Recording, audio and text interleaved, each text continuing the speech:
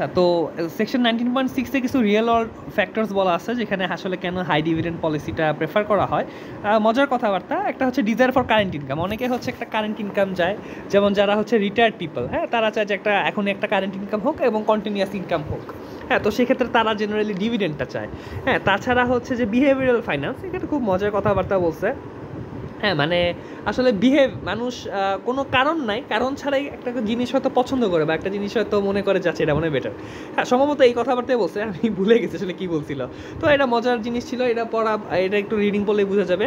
Agency কস্টের ব্যাপারটা interesting. Agency কস্টটার মূলত এখানে দুইটা ব্যাপার আছে এবং এটা ইম্পর্টেন্ট। হ্যাঁ, প্রথম ব্যাপারটা হচ্ছে আমরা রিডিংয়ে পাবো, হ্যাঁ, bond holders would like stockholders to leave as much cash as possible in the firm so that this cash would be available to pay the bondholders during times of financial distress. Conversely, stockholders would like to keep this extra cash for themselves. হ্যাঁ, যে extra যে মানিটা রয়ে যায় একটা কোম্পানিতে, সেটা নিয়ে টানা হেঁচড়া লাগে। বন্ড হোল্ডাররা কয়, ভাই এই টাকা তুই শেয়ার হোল্ডারে ডিভিডেন্ড দিস না, আমার জন্য রাখ, তুই ফাইন্যান্সিয়াল ডিস্ট্রেসের জন্য না পড়িস, টাকাটা আমার দিয়ে দে। আবার অন্যদিকে শেয়ার হোল্ডাররা বললেন, না না না না না, টাকা আগে আমার এখনই ডিভিডেন্ড লাগবে। ঠিক আছে, তো এইটাই হচ্ছে মূলত একটা মারামারি লাগে আর কি। তাছাড়া managers find it easier to pursue. আচ্ছা, এটা খুব মজার একটা ইন্টারেস্টিং বিষয়। ব্যাপারটা হচ্ছে যে একটা গ্রোথে যে ফার্মটা আছে সে করবে কি, সে ডিভিডেন্ড না দিয়ে তার কাছে টাকাটা রাখতে চাবে যে আমি ইনভেস্ট করে আরও গ্রো করি। শেয়ার হোল্ডারও খুশি হবে, ভাই রাখ। কেন কি, কারণ রাখলে ওটা তুই যদি ইনভেস্ট করে লাভবান হইতে পারিস, শেয়ার হোল্ডারই তো ভবিষ্যতে লাভ হবে, তাই না? কিন্তু আরেকটা ঝামেলা হচ্ছে শেয়ার হোল্ডাররা কনফিউজ হয়ে যায়। কনফিউজ কি, এই কোম্পানির ভিতরকার ম্যানেজাররা যদি হয় শয়তান, হ্যাঁ, শয়তান ম্যানেজার হলে কি হবে, তখন শেয়ার হোল্ডাররা মনে করে যে আচ্ছা টাকাটা গ্রোথ ফার্মে রাখা উচিত যেন তারা ইনভেস্ট করে। আবার এই টাকাটা যদি গ্রোথ ফার্মে রাখে, এই ফার্মের ম্যানেজাররা তো শয়তান, ঘুষখোর, এরা টাকাটা বাসায় নিয়ে চলে যাবে। হ্যাঁ, সো এইখানে একটা একটা ঝামেলা সৃষ্টি হয়। হ্যাঁ, তাছাড়া হচ্ছে ম্যানেজাররা মাঝে মাঝে শেয়ার হোল্ডারদের খুশি রাখার জন্য এই জন্য যেমন ডিভিডেন্ড দেয়, আবার তাদেরকে হ্যাপি করে দেওয়ার জন্য মাঝে মাঝে ডিভিডেন্ড দিয়ে তাদেরকে প্রিন্সিপালকে হ্যাপি রাখার চেষ্টা করে। এই আর কি এজেন্সি কস্টের মূলত এই ধরনের কথাবার্তা বলছে। আরেকটা মজার জিনিস আমরা এখন দেখবো, সেটার নাম হচ্ছে ক্লায়েন্ট ইফেক্ট, যেটা সেকশন 19.7 বলা আছে। ক্লায়েন্ট ইফেক্ট, আচ্ছা উচ্চারণটা আমি ঠিকমতো বলতেছি কিনা আমি জানি না, বাট কাহিনী হচ্ছে কি, একটা সোসাইটিতে লো ট্যাক্স ব্র্যাকেট পিপল যেমন থাকে, হাই ট্যাক্স ব্র্যাকেট পিপলও থাকে। লো ট্যাক্স ব্র্যাকেট পিপলরা কি হয়, এদের আসলে ট্যাক্স কম দিতে হয় ডিভিডেন্ডের উপর, এই জন্য ওরা বেশি ডিভিডেন্ড চায়। কিন্তু কোম্পানি যদি কম ডিভিডেন্ড দেয়, বাট এরা তো বেশি ডিভিডেন্ড চায়। হ্যাঁ, এবং আসলে কাহিনী হচ্ছে কি, কম ডিভিডেন্ড দিলে যে সকল কোম্পানিরা বেশি ডিভিডেন্ড দেয় এরা তাদের দিকে ঝুঁকবে। এরা যদি তাদের দিকে ঝুঁকে, তখন একটা ডিমান্ড প্রেশার সৃষ্টি হয়, প্রাইসটা বেড়ে যায়। আবার যারা হাই ট্যাক্স ব্র্যাকেট পিপল, এরা বলে ভাই ডিভিডেন্ড দিস, তাহলে ট্যাক্স দেওয়া লাগবে। কিন্তু এরা যখন দেখে কোম্পানি বেশি বেশি ডিভিডেন্ড দিচ্ছে, হ্যাঁ, বাট এদের তো ডিমান্ড নাই সেই শেয়ার নেয়ার। হ্যাঁ, কিন্তু কোম্পানি যদি বেশি ডিভিডেন্ড দেয়, যেহেতু ডিমান্ড নাই, মানুষ নিতে চায় না, ওই শেয়ার কিনতে চায় না, শেয়ারের ডিমান্ড কমে যায়, শেয়ারের তখন প্রাইসটাও কমে যায়। এটা হচ্ছে ডিমান্ড সাপ্লাই। বইতে একটা চমৎকার এক্সাম্পল দিচ্ছে, সরি আমি এগুলো কি আঁকছি, যাই হোক, 4টা মানুষ মানে 40% পিপল একটা সোসাইটিতে, এরা অনেক বেশি ডিভিডেন্ড চায়। আবার 60% পিপল এরা এরা এরা চায় কম ডিভিডেন্ড দাও। হ্যাঁ, কি বললাম, আচ্ছা ঠিকই বলছি মনে হয়, যাই হোক। কিন্তু যদি এমন হয়, এরা তো বেশি ডিভিডেন্ড চায়, হ্যাঁ বেশি ডিভিডেন্ড চায়, আর এরা চায় কম ডিভিডেন্ড, বেশি ডিভিডেন্ড চায়, কিন্তু এদের মাত্র 20% কোম্পানি আছে যারা বেশি ডিভিডেন্ড দিচ্ছে, বাট এরা তো আরও চায়। হ্যাঁ, আবার এরা চায় কম ডিভিডেন্ড, 80% অফ দ্য প্রতিষ্ঠান কম ডিভিডেন্ডই দেয়, অর্থাৎ এদের সাপ্লাইটা আসলে বেশি।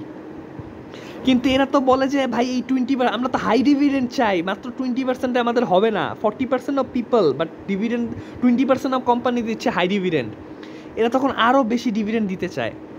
আর এরা যখন ধুমায়া, হ্যাঁ, এখানে মানুষ 60% যারা লো ডিভিডেন্ড চায়, বাট 80% কোম্পানি লো ডিভিডেন্ড দিচ্ছে, সাপ্লাই বেশি।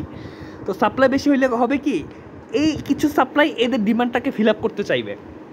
তো কিছু সাপ্লাই যখন এদের ডিমান্ডকে ফিল আপ করতে চাইবে, আলটিমেটলি এই ডিমান্ড সাপ্লাইয়ের কারণে একটা অদল বদল বা একটা শিফট হবে এমন একটা অবস্থায় যাতে যে সংখ্যক মানুষ 40% সংখ্যক মানুষ বেশি ডিভিডেন্ড চায়, কোম্পানিতে তো 20% দিত, বাকি 20% এখান থেকে চলে এসে এদেরকে ইয়া করে দিবে, এখান থেকে 20% এনে 40% মিলে যাবে।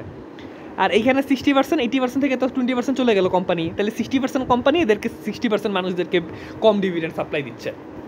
তো এই ডিমান্ড সাপ্লাইয়ের কারণে কোম্পানি মানে সোসাইটি একটা ইকুইলিব্রিয়ামে চলে আসবে। অর্থাৎ ইকুইলিব্রিয়াম একটা সোসাইটিতে, হ্যাঁ, আমি যদি লো ট্যাক্স ব্র্যাকেট পিপল হই, আমি তো হচ্ছে বেশি ডিভিডেন্ড চাই, আমার জন্য বেশি ডিভিডেন্টওয়ালা কোম্পানি থাকবে। আবার অন্য কেউ যদি হাই ট্যাক্স ব্র্যাকেট পিপল হয়, সে তো কম ডিভিডেন্ড চায়, তার জন্য কম ডিভিডেন্ড দেওয়াওয়ালা কোম্পানিও থাকবে। এমন একটা অবস্থায় যেহেতু ডিমান্ড আর সাপ্লাই সুন্দর মতো ম্যাচ আপ করে ফেলছে, লং রানে কোনো কোম্পানি যদি মনে করে আচ্ছা আমি তো হাই ডিভিডেন্ড দিতাম, আমি এখন লো ডিভিডেন্ড দেওয়া শুরু করি, কোনো লাভ নাই। সেমভাবে কোনো একটা কোম্পানি যদি বলে আচ্ছা আমি তো লো ডিভিডেন্ড দিতাম, আমি এখন হাই ডিভিডেন্ড দেওয়া শুরু করি, কোনো লাভ নাই, কারণ সোসাইটিতে অলরেডি ইকুইলিব্রিয়াম চলতেছে। হ্যাঁ, শুধু এই যদি কখনো ইনইকুইলিব্রিয়াম হয়ে পড়ে, তাহলে এই সাথে সাথে এটা ইকুইলিব্রিয়ামে চলে আসবে। হ্যাঁ, এই ডিমান্ড সাপ্লাইয়ের কারণে এদের ডিমান্ড বেশি অথচ সাপ্লাই কম। হ্যাঁ, এখানে 40% মানুষ ডিমান্ড করতেছে, 40% কেমনে এনে আমি চারজন মানুষ রাখছি, আর এনে দাও 6 জন আঁকা, 1 2 3 4 5 6 জন মানুষ, মানে 60% মানুষ। 40% মানুষ কম ডিভিডেন্ড চায়, তুমি 20% সাপ্লাই দিচ্ছ, হবে না, এখান থেকে 20% চলে আসবে। হ্যাঁ, 40-40 মিলা যাবে। আর এই জায়গায় 60% মানুষ কম ডিভিডেন্ড চায়, তুমি 80% দিতেছিলা, কিন্তু 20% তো গেছে গা, এখন 60%-60%এরই দিবে।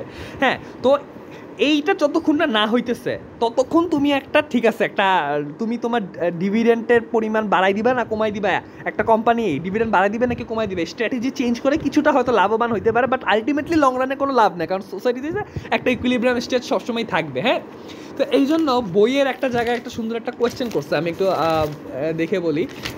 এটা হচ্ছে দেখি তো 597 পেজ, আমার এখানে ছবি তুলে আছে কিনা, 597 পেজ, 587 না, 597, 591 না, নাই। আচ্ছা, আমি একটু পড়ি, হ্যাঁ, রিডিং পড়তেছি, 597 পেজ, সেকশন 19.7। আচ্ছা, কথাটা রিডিংটা হচ্ছে এরকম, রিডিংটা শুনো সবাই। রিডিংটা হচ্ছে যে in a world where many investors like high dividend, a firm can boost its share price by increasing its dividend payout ratio. True or false? মানে কি, মানে হচ্ছে যে এমন একটা মানে সোসাইটি যেখানে মানুষজন হাই ডিভিডেন্ড চায়, সেখানে তুমি পে আউট রেশিওটা বাড়াই দিলা, মানে হাই ডিভিডেন্ড দেওয়া শুরু করলা, এতে কি তোমার শেয়ার প্রাইস বাড়বে? মনে হইতেছে না বাড়বে, আসলে বাড়বে না। কারণটা আমি আগে রিডিং করি। As long as there are already enough high dividend firms to satisfy dividend loving investors, a firm will not be able to boost. হ্যাঁ, এর মানে কি, যদি সোসাইটি অলরেডি ওরকম একটা অবস্থায় থাকে যে তাদেরকে স্যাটিসফাই করার জন্য অলরেডি হাই ডিভিডেন্ড দেওয়ার মতো কোম্পানি এক্সিস্ট করতেছে, হ্যাঁ, ইকুইলিব্রিয়াম অবস্থা আছে, তাইলে তুমি এই হাই পে আউট দিয়ে তুমি লাভবান হইতে পারবা না। ঠিক আছে, তো এইটাই আর কি মূলত এখানে বুঝাইতেছে। হ্যাঁ, এই আর কি। তো এই গেল মোটামুটি ক্লায়েন্ট ইফেক্টের কথাবার্তা। আর এই তো, তাইলে এখন আমরা হচ্ছে স্মুথ ডিভিডেন্টের একটা ম্যাথ দেখে মোটামুটি এই চ্যাপ্টার প্রায় শেষ পর্যায়ে।